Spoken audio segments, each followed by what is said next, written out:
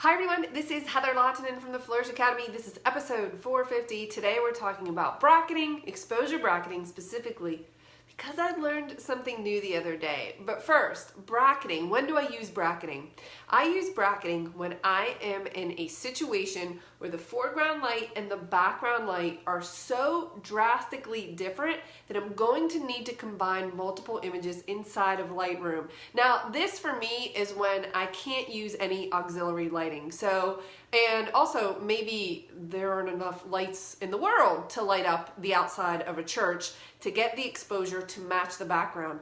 So I do this a lot at weddings where I'll be photographing the outside of the church and the sky is blue and deep and beautiful, but the church is sitting in a shadow. So if I expose for the sky, the church is almost completely dark, and if I expose for the church, then the sky is washed out. Now I can't use lights in order to correct this, nor do I want to, nor do I have the time. So I use exposure bracketing. And what that is, you can set exposure bracketing on every camera. It's a little bit differently. So today I'm talking about how it works on the Nikon D750. There is a button that says BKT. When you hold BKT down for bracketing, there are two different settings that you can choose. You select how many shots you want the camera to take and how far apart you want those exposures to be. So for instance, an example of the church, I will typically set my bracketing to 5 shots.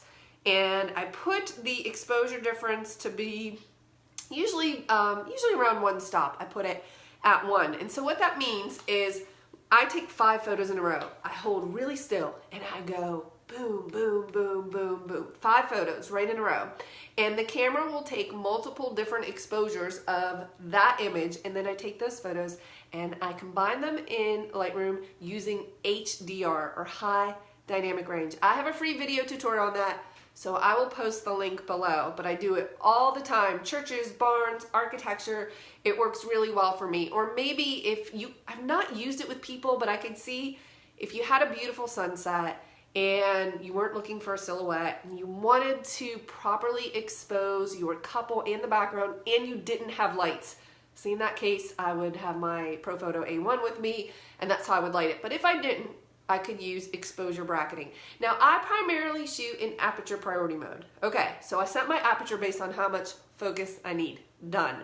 Then I turn on bracketing and you can see, maybe you can see, can you see? On the screen, you can see the meter, and in the meter there's a whole bunch of lines. So you know that's how you have bracketing turned on, is because you see all of these lines. Again, it's a button and it's 2 command dials. On the D750, the front command dial adjusts the exposure difference between each shot, and the back command dial sets how many shots you would like it to do that in between. So I have mine set to 5. This camera can do 3, 5, 7, or 9, right? And it also, well, if you take the dial down, to confuse it even more, you can tell the camera that you just want it to take a good exposure according to the camera and then go up and make it brighter, or good exposure and make it darker. I like to actually take it both ways on the meter. So I like to go all the way from really dark to really light.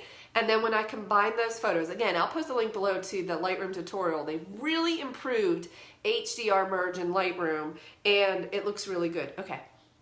The point to all of that's how I use. Do you use exposure bracketing? Could you let me know? Have you heard of it? Do you use it? What does it look like on your camera? The reason I bring this up is because my friend Taryn is so smart. I did not know this. She determined that you can actually use exposure bracketing in manual mode.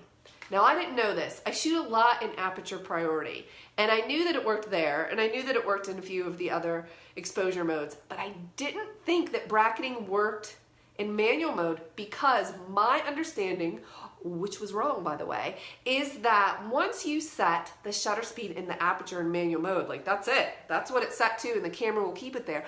Did you know that that's false? That's not entirely true, because you can turn on bracketing in manual mode and it will adjust your exposure to get those different exposures depending on how many you tell it. I will prove it to you now because I see the doubt in your faces. I didn't know. And listen, if you knew this, good for you. I just never thought to even check it because I just couldn't fathom how bracketing could work in manual mode when you set everything. All right, so in manual mode, it's pretty bright outside today. I'm at 4.5 and 1/2500th of a second. And I'm gonna turn my bracketing on to 3 shots at 2 stops between them so I can really see. And I'm gonna take 1, 2, 3. So if I look at these, I'll be darned. There's a dark one, there's one with a good exposure according to the camera, and then there's a really bright one. This blew my mind. I did not realize, did you know this, that you could do exposure bracketing in manual mode? Okay, but be careful, you have to remember to turn it off. If you forget and leave bracketing on, which I have done, when you take the next, in my case, 3 photos, one photo is gonna be dark, one's gonna be in the middle, and one's gonna be very bright, and it will just continue to do that until you turn bracketing off. So you have to, on the D750, press the bracketing button, BKT, on the side of the camera, and take this, I was on 3 to 0. Take that, I know, you probably can't see that. That's okay, do you see that changing? Take it from 3 to 0, and then my meter looks normal, and I'm in manual mode, and my settings are the same. Now I'm curious, what did it change? It changed the shutter speed, of course it did. It didn't change the aperture, it changed the shutter speed in manual mode for bracketing to get those different exposures. I thought that was quite interesting, so I'll post a link to that tutorial below. Let me know if you use bracketing or how you might use bracketing, and I'll see you in the next video.